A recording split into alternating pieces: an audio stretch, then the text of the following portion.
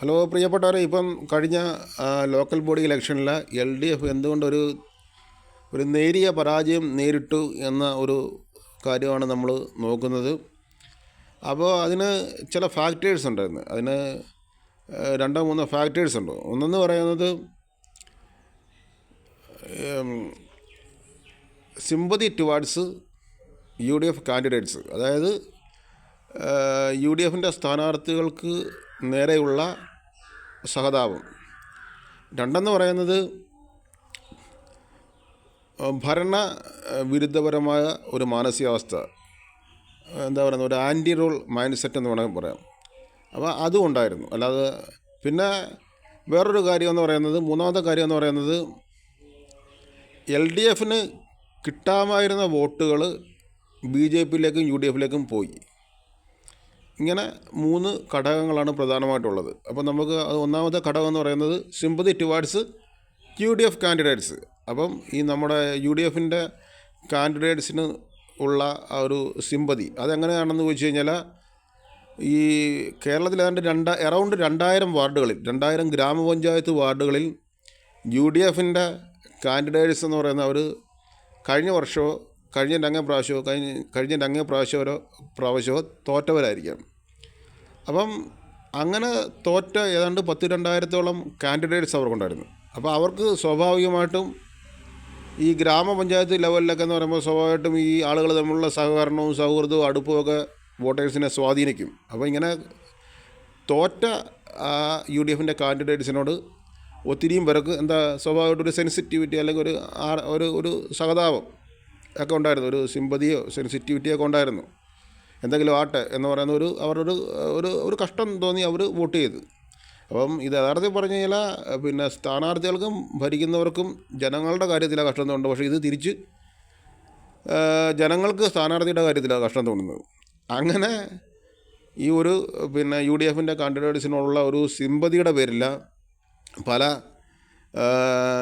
U D എഫിൻ്റെ ഒത്തിരിയും സ്ഥാനാർത്ഥികൾ ജയിച്ചു. ഏതാണ്ട് 2000-ഓളം സ്ഥാനാർത്ഥികൾ ജയിച്ചു. അപ്പോൾ ഈ 2000-ഓളം സ്ഥാനാർത്ഥികളെന്ന് പറയുമ്പോൾ, ഏറെക്കുറെ 2000 സ്ഥാനാർത്ഥികളെന്ന് പറയുമ്പോൾ അത് പിന്നെ അത്രയും ഗ്രാമപഞ്ചായത്തുകൾ യു ഡി എഫിന് അനുകൂലമായിട്ട് മാറി.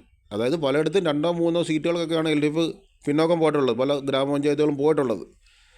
പിന്നെ ആ ഒരു കാര്യം ഇവിടെ ഇതിലൊരു പ്രധാനപ്പെട്ട ഒരു ഘടകമാണ്. One of the most important things അല്ലെങ്കിൽ മോസ്റ്റ് ഇമ്പോർട്ടൻറ്റ് ഫാക്ടേഴ്സ് എന്ന് പറയുന്നതാണ്. ഇത് മാത്രമാണെന്നല്ല പറയുന്നത്, ഫോർ ദാറ്റ് റീസൺ അല്ലോണെന്ന് നമുക്ക് പറയാൻ പറ്റത്തില്ല. പക്ഷേ ഇതൊക്കെ ഫാക്ടേഴ്സാണ്. നമ്മളാരും ചിന്തിക്കുന്നില്ല. പക്ഷേ ഈ യു ഡി എഫ് കാൻഡിഡേറ്റ്സിന് കിട്ടിയിട്ടുള്ള ഒരു സിമ്പതി എന്ന് പറയുന്നത് എൽ ഡി എഫിൻ്റെ പരാജയത്തിന് ഒരു പ്രധാനപ്പെട്ട കാരണങ്ങളിൽ ഒന്നാണ്. അത് എന്നാൽ ചോദിക്കും, എൽ ഡി എഫിനും അങ്ങനെ സംഭവിച്ചിട്ടില്ല. പക്ഷേ എൽ ഡി എഫിന് അത്രയും സംഭവിച്ചിട്ടില്ല. കാരണം കഴിഞ്ഞ 10-15 വർഷമായിട്ട് അവർ തന്നെയാണ് ഈ ലോക്കൽ ബോഡി ഇലക്ഷനുകളിൽ മുമ്പിൽ നിൽക്കുന്നത്, ലീഡ് ചെയ്യുന്നത്. അതുകൊണ്ട് അവർക്ക് അത്രയും ഉള്ള ഒരു സിമ്പതി ഒന്നും ആ രീതി കിട്ടിയില്ല. പിന്നെ രണ്ടാമത്തെ ഘടകം എന്ന് പറയുന്നത് ഭരണവിരുദ്ധപരമായ മാനസികാവസ്ഥ എന്ന് പറഞ്ഞാൽ അതൊരു ആൻറ്റി റൂൾ വേവ് എന്നൊന്നും നമുക്ക് പറയാൻ പറ്റത്തില്ല. പക്ഷേ എന്നാൽ ഒരു ആൻറ്റി റൂൾ മൈൻഡ് സെറ്റ് ഉണ്ടായിരുന്നു, ഇല്ലെന്ന് നമുക്ക് പറയാനും പറ്റത്തില്ല. കാരണം ഇപ്പോഴും എൽ ഡി എഫ് വല്ലാതെ തകർന്നടിഞ്ഞിട്ടൊന്നുമില്ല. ഒരു നാച്ചുറൽ സെറ്റ് ബാക്ക്, ഒരു നേരിയ ഒരു സെറ്റ് ബാക്ക് അവർക്ക് കിട്ടിയെന്നുള്ളതേ ഉള്ളൂ. അത് പാർലമെൻറ്റ് ഇലക്ഷൻ വെച്ച് നോക്കുകയാണെന്നുണ്ടെങ്കിൽ ഇപ്പോൾ ഇതിലേതാണ്ട് 50-55 നിയമസഭാ മണ്ഡലങ്ങൾ അവർക്ക് കിട്ടിയിട്ടുണ്ട്. അപ്പോൾ സ്വാഭാവികമായിട്ടും ഒരു കനത്ത പരാജയം എന്നൊന്നും നമുക്ക് പറയാൻ പറ്റത്തില്ല. എങ്കിലും ഒരു ഹെവി സെറ്റ് ബാക്ക് എന്ന് പറയാൻ പറ്റത്തില്ല. എങ്കിലും ഒരു നേരിയ തിരിച്ചടി അവർക്ക് കിട്ടിയില്ലെന്ന് പറയാനും പറ്റത്തില്ല. അപ്പോൾ ഇങ്ങനെ സംഭവിച്ചപ്പോൾ ഈ ഭരണവിരുദ്ധപരമായിട്ടുള്ള ഒരു മാനസികാവസ്ഥയിൽ, കാരണം കഴിഞ്ഞ 10-15 വർഷമായിട്ട് അവർ ഭരിക്കുവാണല്ലോ. അപ്പോൾ അതിൻ്റേതായിട്ടുള്ള ചില ഒരു people are fed up with government എന്ന് പറയാവുന്ന ഒരു അവസ്ഥ, ഒരു മൈൻഡ് സെറ്റ് ഉണ്ടായിരുന്നു. അതും ഈ പറയുന്ന എൽ ഡി എഫിന് കുറച്ച് ഡിസ്ഫേവറബിളായിട്ട് വന്നു, ഇല്ലെന്ന് നമുക്ക് പറയാൻ പറ്റത്തില്ല.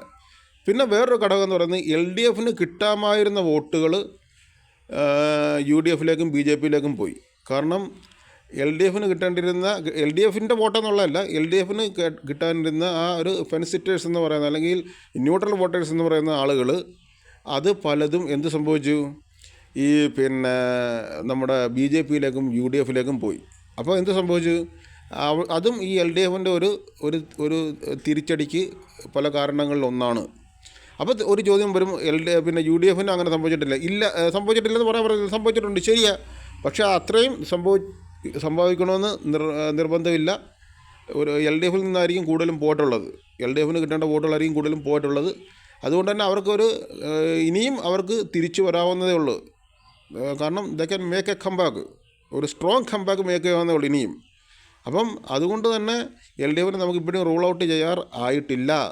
പിന്നെ ബി ജെ പിയുടെ എന്ന് പറയുന്നത് ഇപ്പോൾ അവരും ശക്തമായിട്ട് വളർന്നുകൊണ്ടിരിക്കുകയാണ്. കാരണം അതാണ്, ഏതാണ്ട് 100-200 പഞ്ചായത്തുകളിൽ അവർ വളരെ നിർണായകമാണ്. കാരണം ഈ പ്രാവശ്യം തന്നെ ഏതാണ്ട് 2000-ഓളം വാർഡുകൾ അവർക്ക് കിട്ടി. കഴിഞ്ഞ പ്രാവശ്യത്തെ നോക്കുകയാണെന്നുണ്ടെങ്കിൽ 10,500 വാർഡുകൾ, പിന്നെ 1,500 വാർഡുകളിൽ അവർ സെക്കൻഡാണ്. പിന്നെ കഴിഞ്ഞ പ്രാവശ്യത്ത് നോക്കുകയാണെങ്കിൽ 10,000 വാർഡുകളോളം അതും ഫസ്റ്റോ സെക്കൻഡോ ഒക്കെയാണ്. അപ്പോൾ ഏതാണ്ട് 10,000-5,000-ഓളം 4,000-5,000-ഓളം വാർഡുകളിൽ അവർ വളരെ പിന്നെ നിർണായകമാണ്, ക്രൂഷ്യലാണ്. അതുകൊണ്ട് തന്നെ ഏതാണ്ട് ഏറെക്കുറെ ഒരു 200 പഞ്ചായത്തുകളിൽ അവർ നിർണായകമാണ്. അതുകൊണ്ട് തന്നെ ഏതാണ്ട് 10-30 നിയോജക മണ്ഡലങ്ങളിൽ അവർ നിർണായകമാണ്. പിന്നെ ഇതുമായിട്ട് ബന്ധപ്പെട്ട് പറയുന്ന ഒരു കാര്യം എന്ന് പറയുന്നത്, ഈ നമ്മുടെ സ്റ്റേറ്റിൻ്റെ പുരോഗതിക്കും വികസനത്തിനും വേണ്ടി സത്യം പറഞ്ഞാൽ ഈ എൽ ഡി എഫും ബി ജെ പി ഒന്നിക്കുന്നതല്ലേ നല്ലത്. ഈ സി പി എമ്മും ബി ജെ പി ഒന്നിക്കുന്നതല്ലേ നല്ലത്. കാരണം അവർ പണ്ട് ഒന്നിച്ച് നിന്നവരല്ലേ. പണ്ട് പാലക്കാട് മുനിസിപ്പാലിറ്റിയിലൊക്കെ അവർ ഭരിച്ചതല്ലേ, ഒരുമിച്ച് ഭരിച്ചതല്ലേ.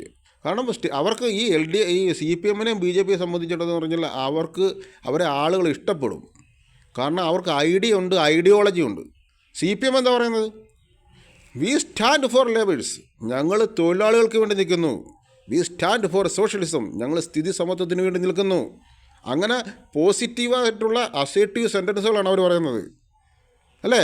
സിമ്പിൾ പ്രസൻറ്റ് ടെൻസിലുള്ള പോസിറ്റീവായിട്ടുള്ള അസേർട്ടീവ് സെൻറ്റൻസുകളാണ് അവർ പറയുന്നത്. അതുകൊണ്ട് തന്നെ ബി ജെ പി എന്ന് പറയുന്നത് വി ലവ് ഇന്ത്യ, ഞങ്ങൾ ഇന്ത്യയെ സ്നേഹിക്കുന്നു, അല്ലേ? വി സ്റ്റാൻഡ് ഫോർ ഇന്ത്യ, അതാണ് അവർ പറയുന്നത്. അങ്ങനെയുള്ള പോസിറ്റീവായിട്ടുള്ള അസേർട്ടീവ് സെൻറ്റൻസുകളാണ് ബി ജെ പി പറയുന്നത്. അപ്പോൾ അവർക്ക് ഐഡിയ ഉണ്ട്. ഈ സി പി എമ്മിനെ സംബന്ധിച്ചിടത്തോളം അല്ലെങ്കിൽ ബി ജെ പിയെ സംബന്ധിച്ചിടത്തോളം ആദർശമുണ്ട്, ജനങ്ങളുടെ മുമ്പിൽ വയ്ക്കാവുന്ന ആദർശമുണ്ട്, പ്രത്യയശാസ്ത്രമുണ്ട്, ഐഡിയ ഉണ്ട്, ആശയമുണ്ട്. നേരെ മറിച്ച് നമ്മുടെ ഈ കോൺഗ്രസ്സിന് എന്തോ ഉണ്ട്? കോൺഗ്രസ് എന്ത് പറയുന്നത്? വി ലവ് നെഹ്റു ഫാമിലി, ഞങ്ങൾ നെഹ്റു ഫാമിലി സ്നേഹിക്കുന്നു. We are very much loyal to Nehru family, ഞങ്ങൾ നെഹ്റു ഫാമിലിയോടാണ് ഞങ്ങൾക്ക് വളരെ വിധേയത്വമുള്ളത്, ഞങ്ങൾക്ക് ഫിഡലിറ്റി ഉള്ളത്, ഞങ്ങൾ വിധേയത്വമുള്ളത്, ലോയൽറ്റി ഉള്ളത് ആരോടാണ്? നെഹ്റു ഫാമിലിയോടാണ്. അതേസമയം ബി ജെ പിക്കും പിന്നെ കമ്മ്യൂണിസ്റ്റ് പാർട്ടിക്കും അങ്ങനല്ല. അവർക്കെന്ന് പറയുന്നത് ജനസാമാന്യത്തിൻ്റെ മുമ്പിൽ വെക്കാവുന്ന ആദർശമുണ്ട്, അവരെ ജനങ്ങൾ കൈയൊഴിയത്തില്ല. അതുകൊണ്ട് അവർ നേതാക്കന്മാരുടെ ഈഗോ മാറ്റിവെച്ച് സ്റ്റേറ്റിൻ്റെ പുരോഗതിക്കും വികസനത്തിനും വേണ്ടി അവർ ഒന്നിക്കുന്നതാണ് വളരെ നല്ലതെന്ന് പറയേണ്ടി വരുന്നു. നേരെ മറിച്ച് ഈ അധാർമികമായ രാഷ്ട്രീയം പിടിക്കുന്ന കോൺഗ്രസിനെ മാറ്റി നിർത്തണം. കോൺഗ്രസ് അധാർമികമായ ഇമ്മോറലായിട്ടുള്ള പൊളിറ്റിക്സാണ് അവർ അപ്ഹോൾഡ് ചെയ്യുന്നത്. അവരെ മാറ്റി നിർത്തണം, അവരെ സൈലൻറ്റ് ചെയ്യണം. അതേസമയം നമ്മുടെ പിന്നെ സി പി എം അങ്ങനല്ല, അവർക്ക് ധാർമ്മികതയുണ്ട്, മനസാക്ഷിയുണ്ട്. അവർ തൊഴിലാളികൾക്ക് വേണ്ടിയാണ് നിൽക്കുന്നത്, നമ്മുടെ രാജ്യത്തിന് വേണ്ടിയാണ് നിൽക്കുന്നത്, സംസ്ഥാനത്തിന് വേണ്ടിയാണ് നിൽക്കുന്നത്. ബി ജെ പിക്ക് മനസാക്ഷിയുണ്ട്, ബി ജെ പിക്ക് സ്നേഹമുണ്ട്, ബി ജെ പിക്ക് ആർജവമുണ്ട്, ധാർമ്മികതയുണ്ട്. അപ്പോൾ അവർ ഒന്നിക്കുന്നതല്ലേ നല്ലത്. ഈ ബി ജെ പി ആയാലും പിന്നെ എൽ ഡി എഫ് ആയാലും ഈ നേതാക്കന്മാരുടെ ഈഗോ മാറ്റിയിട്ട് ഒന്നിക്കുന്നതല്ലേ നല്ലത്. അതാണ് നമ്മുടെ രാജ്യത്തിന് നല്ലത്, നമ്മുടെ സംസ്ഥാനത്തിന് നല്ലത്. അങ്ങനെയാണെങ്കിൽ അവർ ഒരു ക്ലീൻ സ്വീപ്പായിരിക്കും നേടാൻ പോകുന്നത്. അല്ലെങ്കിൽ എൽ ഡി എഫിനെ ഇപ്പോഴും തള്ളി പറയാൻ പറ്റത്തില്ല, അത് വേറെ കാര്യം. Thank you for watching.